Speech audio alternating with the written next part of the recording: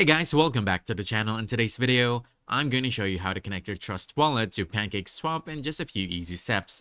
But before we get started, please be advised that nothing mentioned in this video is financial advice and I am not a financial advisor.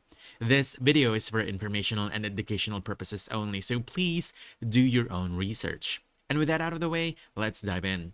First, you want to open up your Trust Wallet app and log into your account. And once you're in, you'll see the main interface with several tabs at the bottom, but you want to be at the Discover tab. So click on Discover. Then from here at the top, you'll see a search bar, and in that search bar, you want to type in Pancakeswap. So let's do that. Just there we go. Then you want to click this.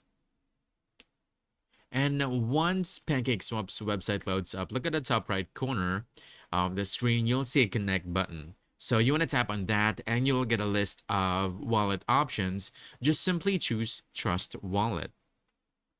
And then from here, your Trust Wallet will ask for confirmation. Just go ahead and tap connect. And in a few seconds, your wallet will be successfully linked to Pancakeswap.